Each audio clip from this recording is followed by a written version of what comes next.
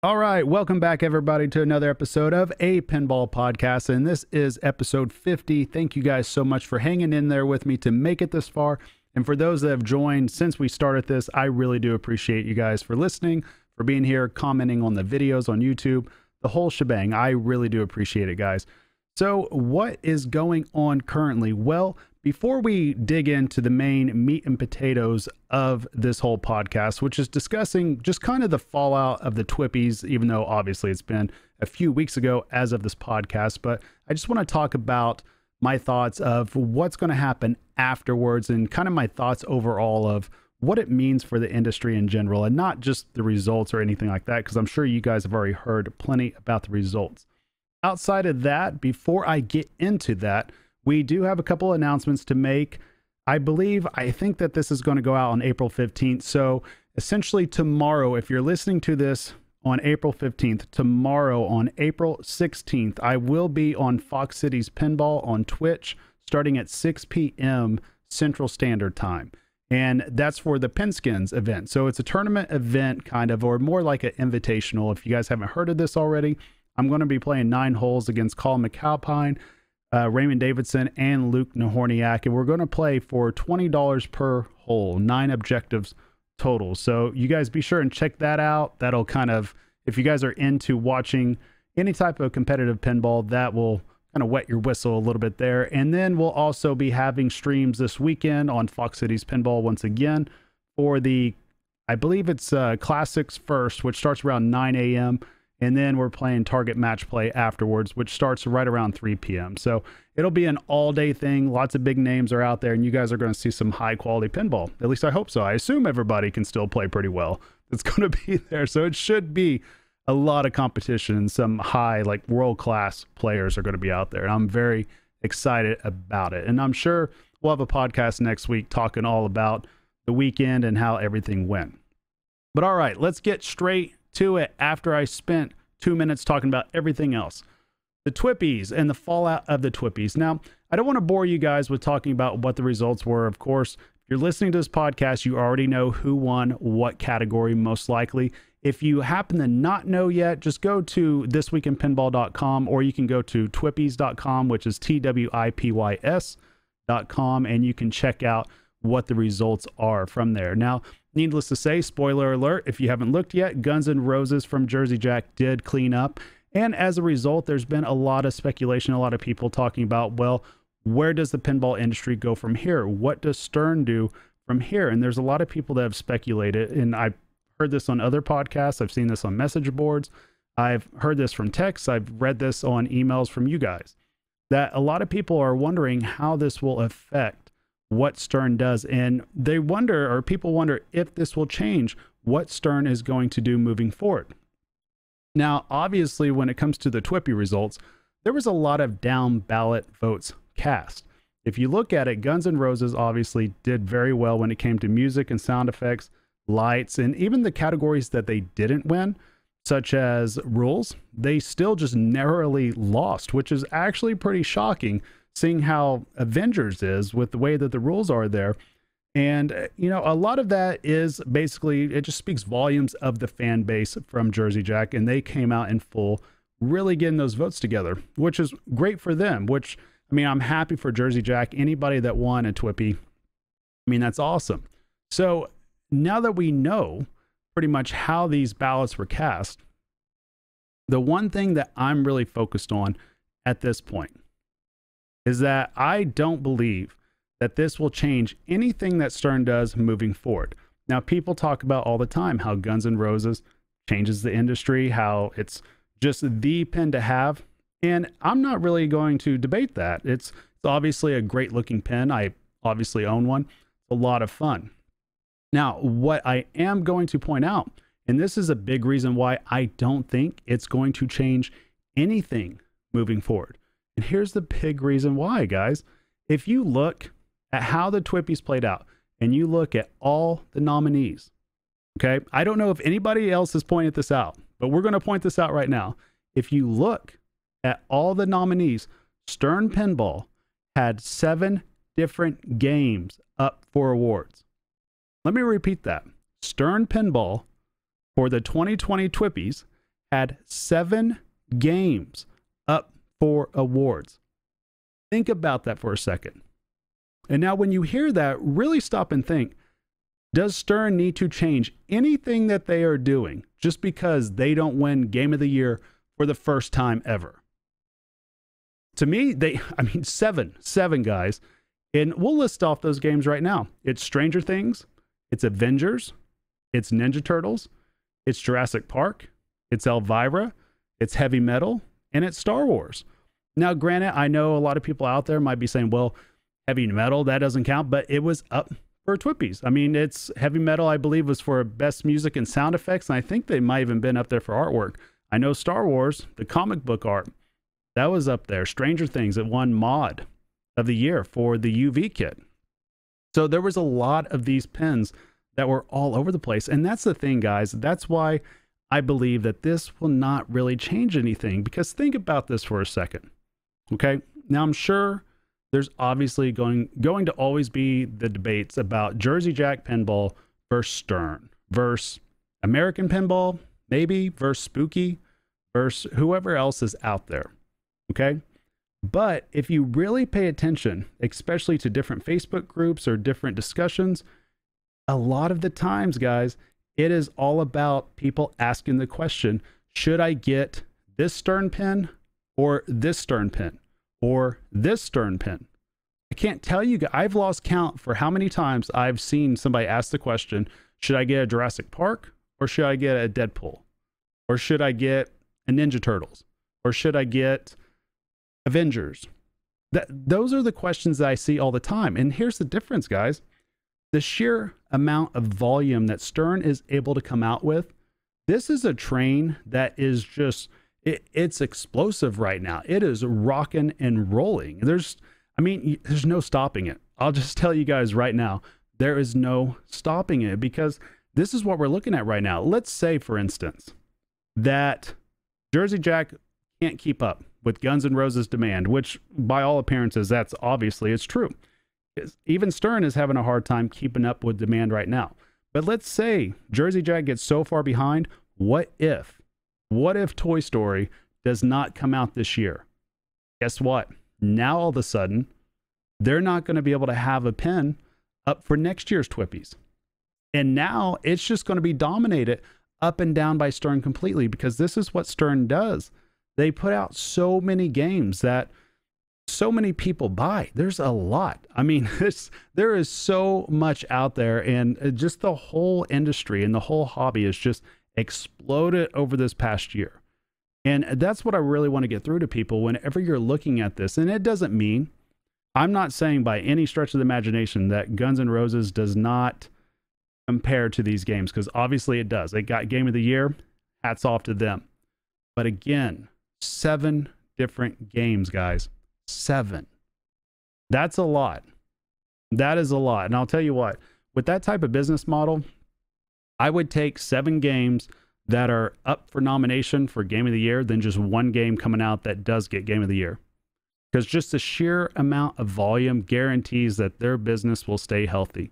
It really will. And, you know, when I look at this too, I see this huge gap really starting to form. And I don't know if anybody else sees it, but the gap that I'm seeing starting to form right now is I'm wondering if in the future, if any of these companies will start really focusing in more and more on the award show.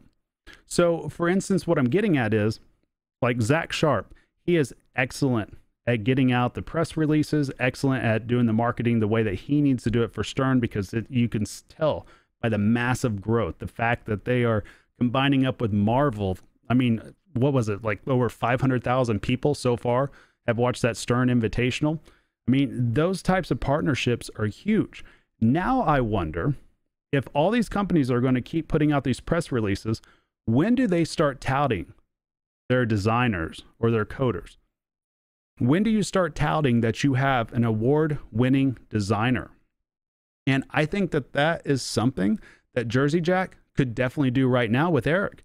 With what happened with Guns N' Roses, I think you can easily take all these awards and just go ahead and add that into any press release that you release in the future for future games. about how it's an award-winning designer.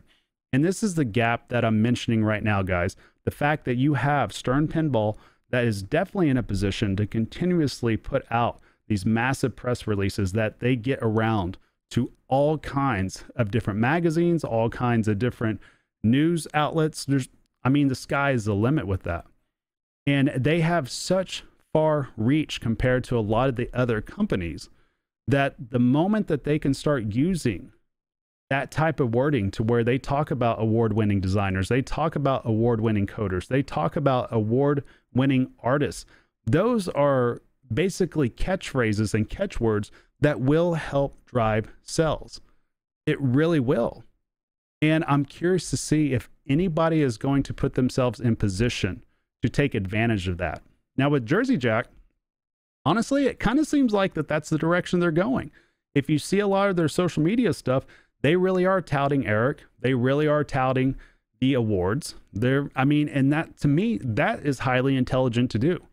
Because when somebody is looking up pinball and they don't know any of the companies, they're just looking up a search topic such as pinball, and they can run into these companies that say, we have this designer that is coming out with this game that has won this Game of the Year award for past.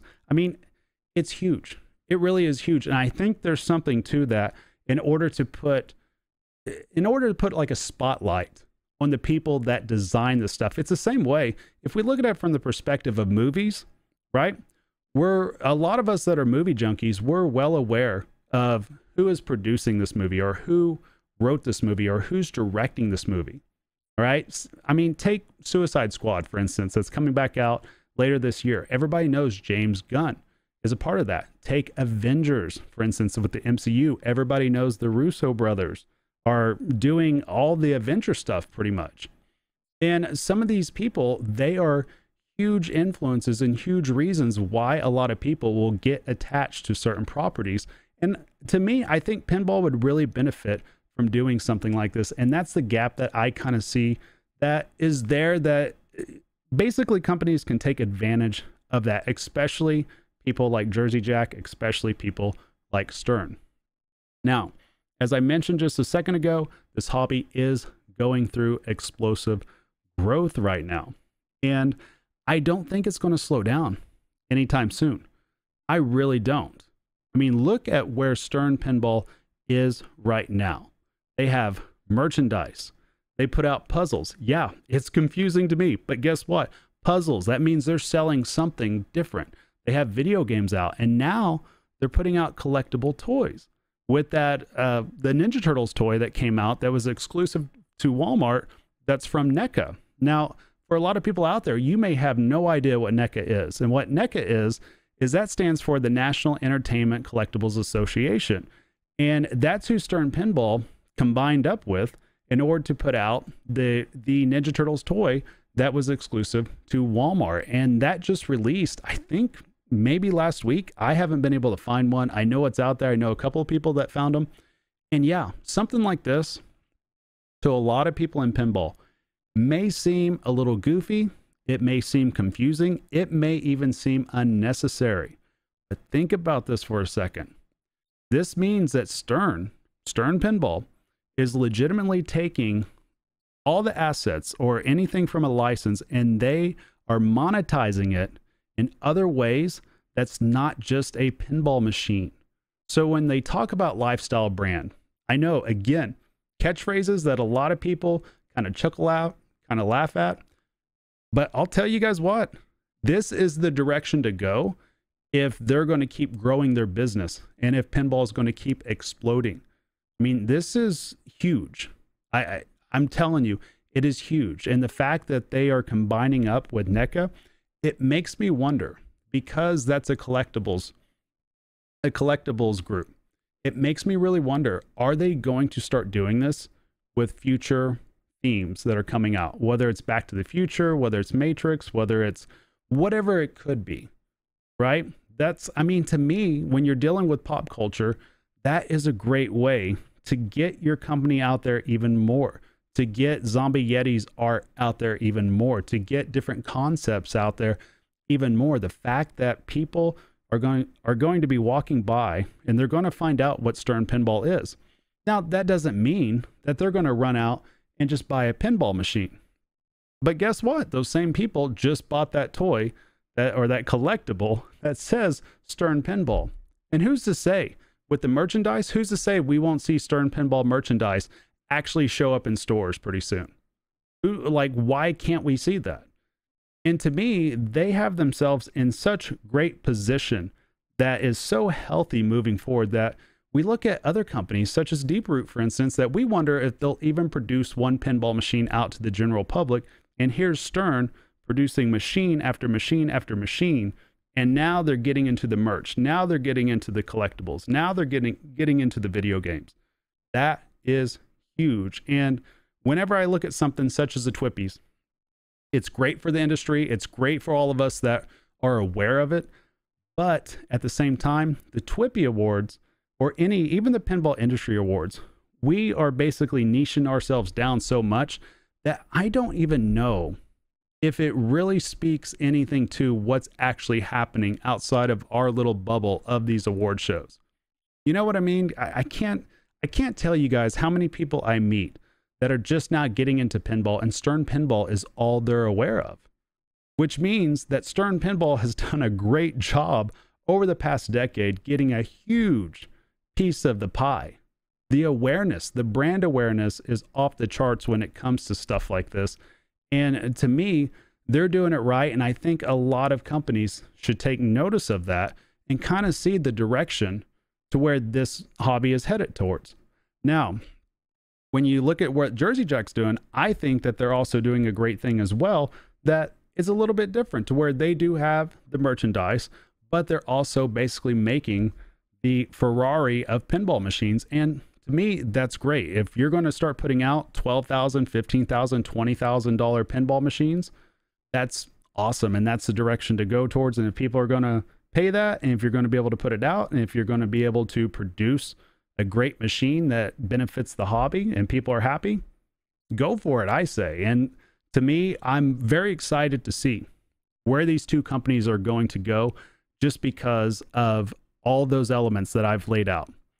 And to me, that's something that I don't know, guys. I think that the industry is going to incredibly change. I think come this time next year, we're probably going to be talking about how much larger or how much bigger this industry is as well. I mean, I've talked to lots of people that are either directly involved in different cells or they're aware of different companies. And I mean, cells across the board. There's a reason why pinball companies cannot keep up with demand.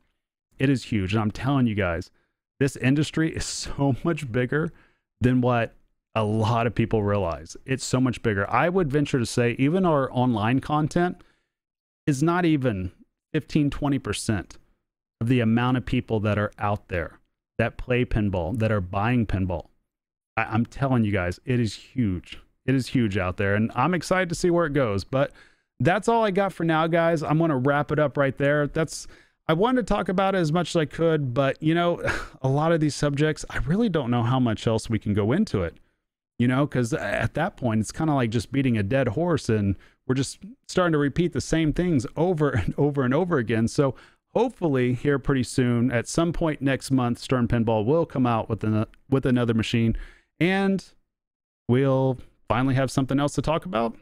I hope so. But other than that, again, I appreciate you guys watching, listening. Friday, I will be on Fox Cities Pinball at 6 p.m. Central Standard Time. If you guys enjoy watching pinball, watch that. That'll give you guys something to do this weekend. But other than that, that's all I got. And yeah, that's it. Later, guys.